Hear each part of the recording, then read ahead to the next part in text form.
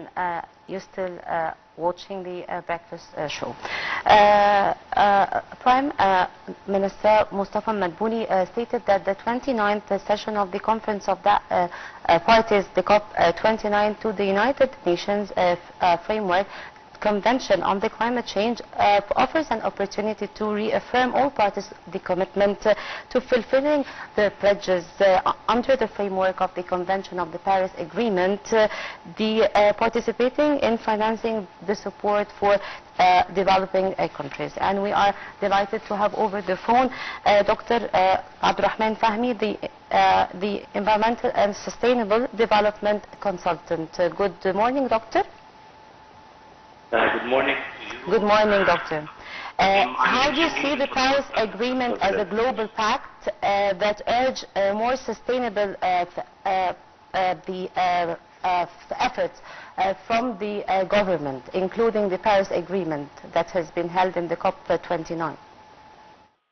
Yes, indeed. The COP29 started in Baku, the capital of Azerbaijan, on 11th of November.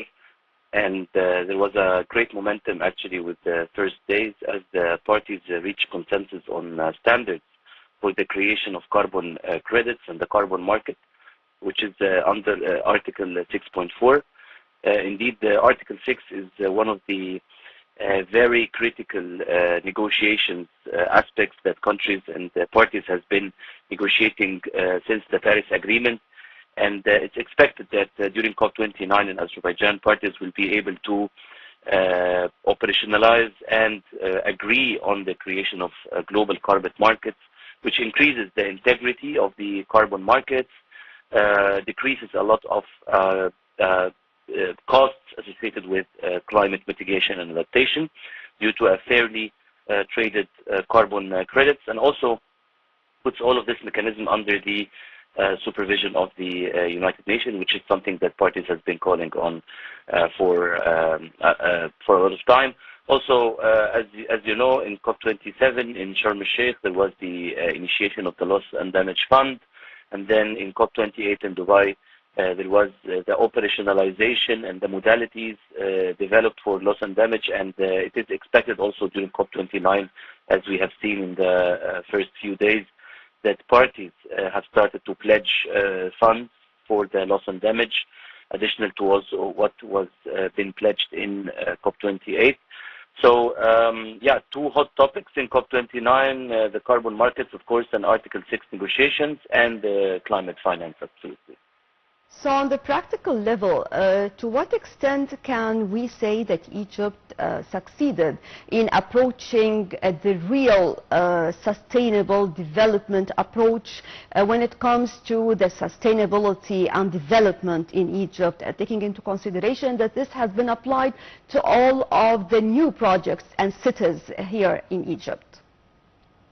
There has been strategic directions to support the agriculture sector, the water consumption, and also the reusage of wastewater, but also the infrastructure when it comes to the drainage systems and also the road and transport. Still, the agenda of 2030 has a lot of activities to be achieved, so we are not there yet, but of course there is substantial transformations in the different sectors. Still, the energy also, renewable energy sector is yet to be developed. Yes, of course, there is the projects in Binban and the Gabal Zayt projects, the wind energy projects, and also, of course, other new energy projects. But still, the road is ahead of the government and the private sector to realize the Sustainable Development Agenda of 2030. Okay, and how do you evaluate Egypt's steps to ensure that the 42% of its energy comes from new and renewable resources by 2030, marking this as a significant progress towards the sustainable energy goals? Indeed. I think still a couple of policies and investment, I would say attractiveness needs to be developed in order to increase the percentage of the wind and solar energy contribution to the national grid. I believe that also within the new projects in Dab'a and so on, there will be a huge increase in the new and renewable energy sources feeding the Egyptian grid. But from my point of view, there is still also some development needs to be done, especially in attracting investors towards investing in the green energy in Egypt, and also policies to enable the continuation of the power purchase agreements, and also the incentives for the private sector to invest in renewable energy resources. This is also additional, of course, to the increasing energy price, which is also something to incentivize the transformation or the transition towards renewable energy. So this is something also that was achieved over the last couple of years. So I believe 42% is not far away from being realized.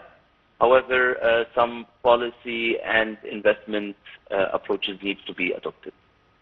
Right. Actually, Engineer Rahman Fahmy, as environmental and sustainable development consultant, and basically nowadays I believe that everyone is taking climate change into consideration. So if we're talking about the innovative solutions to many of the challenges that are taking place and that also were tackled during this important summit, and the point is usually the challenges has to do with financing all what is related or under the umbrella of climate change, innovations. Tell us more about this point. Yes. In 2024, actually, there has been some developments on a local level, especially from the Financial Regulatory Authority, to establish the voluntary Egyptian carbon market, which is something that will support the financing of carbon-related projects, either it's mitigation or adaptation, and it will also help everyone accountable, either it's a private sector, public sector, or any kind of organization accountable for their own emissions. Not only that, but also on the long term will be able to mobilize finances to the, I would say, low carbon emitting projects or the net zero projects in general. So this has been a good, I would say, development over this year, and also with the new consensus on the Article 6 that is expected to be achieved during COP29. I think there is a lot to be done on a national level to establish the carbon market, to work across the climate finance. Remember, a couple of years ago, there was the issuance of the green bonds. This needs also to be increased and operationalized over the banking sector, not only on a developmental sector. So, yeah, the climate finance, it's a challenge globally. And also it needs some local solutions, because also it doesn't fit for all countries all over the world. It has to be local solutions in climate financing and carbon financing. And this is something I think, as you mentioned, needs also innovative solutions. There has been a lot of startups in the agriculture sector, water sector, and also the energy sector from Egypt, working to solve challenges within the Egyptian market, and these startups need more investment, needs more customers. So this is something also to take care of during the next period. Well, to what extent did Egypt succeed to prioritize the projects in the water and the energy, especially expanded the sustainable transportation initiatives in the major cities? What do you think, in your point of view? Yes, so the continuous growth in the population, but also in the city citizens or the city residents, put a lot of pressure on the old infrastructure. And this is what was obvious in the last couple of years, that there was a couple of projects working to enhance the infrastructure, either it's the energy grids or the water accessibility, and also, of course, the transportation in terms of roads, and most importantly also the public transportation, as the metro stations and the monorail and so on. Also, the pressing challenges in the coastal cities also could be resolved by the water desalination, and this has been a couple of projects to utilize the saline water or the seawater to generate fresh water that could be used in the households. So the infrastructure is really getting better, I think the one thing that the government needs to work on is also the private sector engagement and the private sector integration by increasing the investability of the certain projects and increasing the investing appetite in the green projects so far. Well, of course, when it comes to climate change, collaboration will be a key word.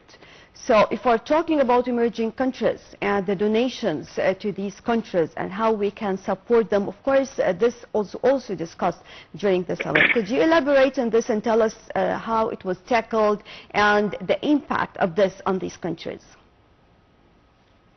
Yes, I don't prefer donations, but rather investments, because donations are not sustainable. Donations are not impactful in that way. This is from my humble point of view. I would say we have to increase investment in the green projects, in the infrastructure, in the sustainable development agenda, to foster the financial contributions, either from the private sector or from the donor agencies and so on. So it would be, I think, more impactful on a local level to focus on increasing investments, supporting the green investments challenges and overcoming any challenges that they face, rather than focusing on donations, because donations maybe are existing in 1 year but not the upcoming year, so it's not sustainable like the investment which is normally injected on a continuous level, given also that there is some revenue and positive outcome out of these projects so far. Okay, Egypt also launched the Novi platform, a national program supported by various development partners. What we know about this, including this fund? There is usually invitation from the Egyptian government for development sectors to increase the capacity of their work in Egypt. Either it's the infrastructure projects, water-related, agriculture-related, energy-related, or also for education or work promotion and so on. So it's good also that given also the current situation that there is usually an engagement of different development agencies and also monitoring of their work, increase the collaboration across these development agencies to avoid the replications of projects, replication of, I would say, the interventions that they are doing. So a coordinated effort across the development agencies in Egypt, while spotlighting the achievement and impact, and also spotlighting the still gaps to be achieved or the necessities. This is something I believe the government is looking at right now, with also the newly launched platform, with also the Ministry of International Cooperation. So it's very essential to support the alignment and the collaboration across the development sector, especially in the sustainable development area in Egypt. Engineer Rahman Fahmy, the Environmental and Sustainable Development Consultant, thank you so much for being with us in the Breakfast Show on Nile TV. And I guess with this we come to the end of our Breakfast Show for today. Thank you all for joining us. Thank you, Sahar. Thank you so much, Nashwa, and thank you, dear viewers.